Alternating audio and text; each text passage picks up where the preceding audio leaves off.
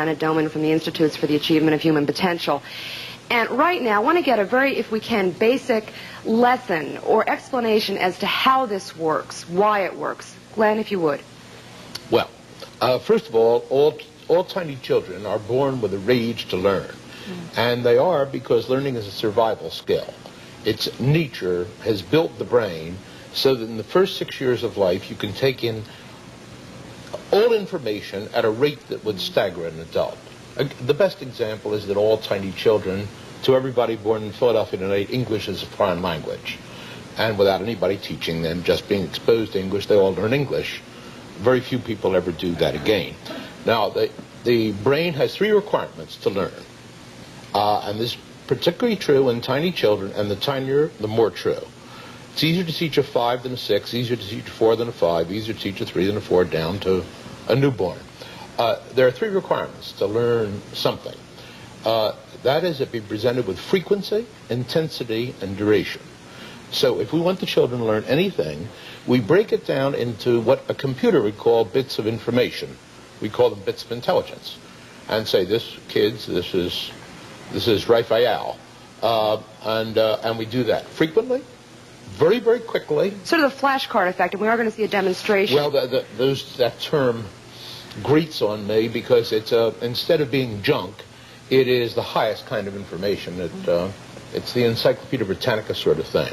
Or because the information itself that you present to be correct must be precise, discrete, and non-ambiguous. So far from I'll zip up a flashcard, it's the exact opposite.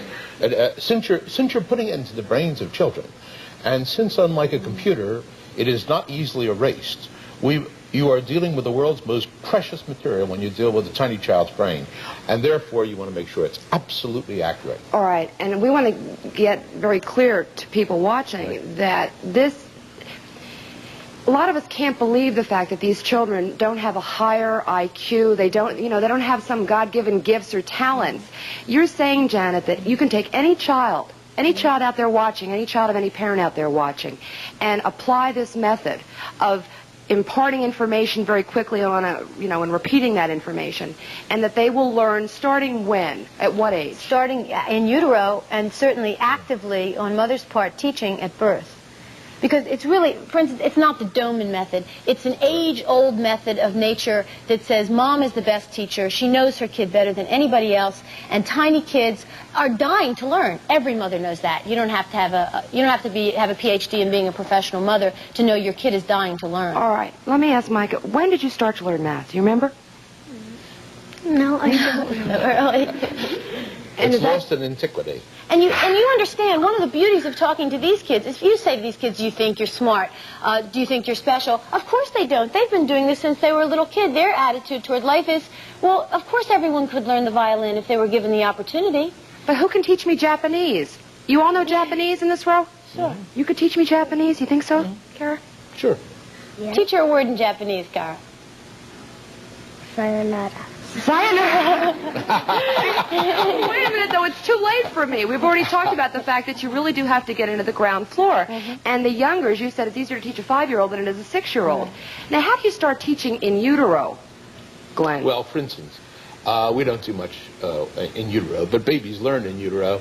For instance, if you beat a drum during last times of pregnancy, during the last days of pregnancy, the baby's heart rate will change to accommodate that. Actually, we do very little then, but we start at birth.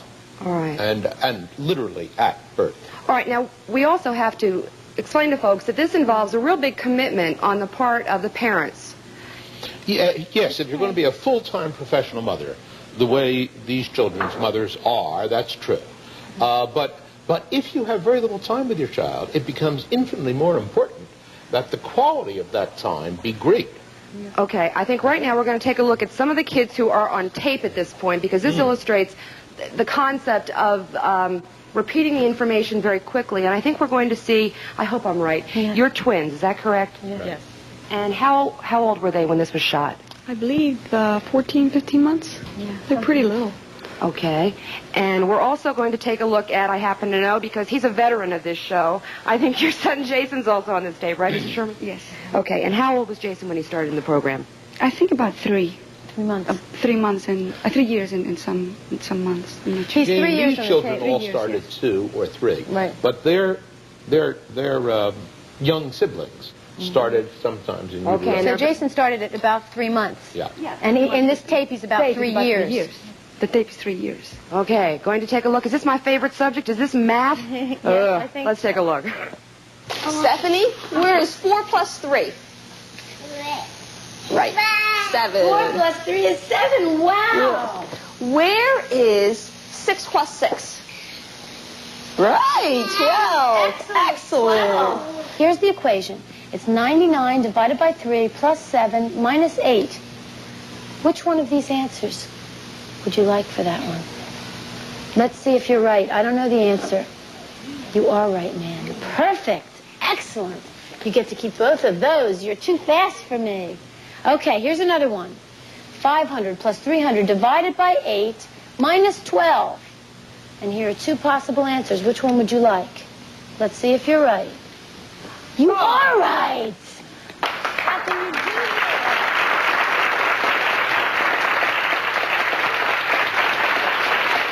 Every time I see it, and I've seen it a couple of times, I still don't believe it. Let me ask you, Janet used the term full-time professional mother, was that correct? What does that mean to you, really?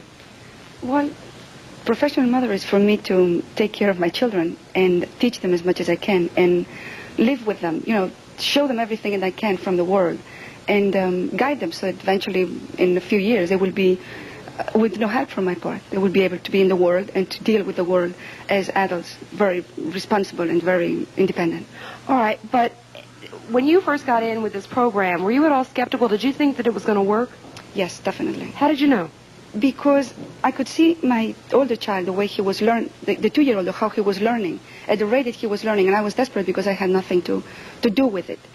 I couldn't teach him, I couldn't do anything, so when I heard that there was a way of teaching a child that he could learn, I said, yeah, sure, no problem. Tell us the truth, Mrs. Sherman. You ever get tired of those dots? The dots... We'll take a break. We're going to come back with the kids and more about the program right after these messages. Stay with us.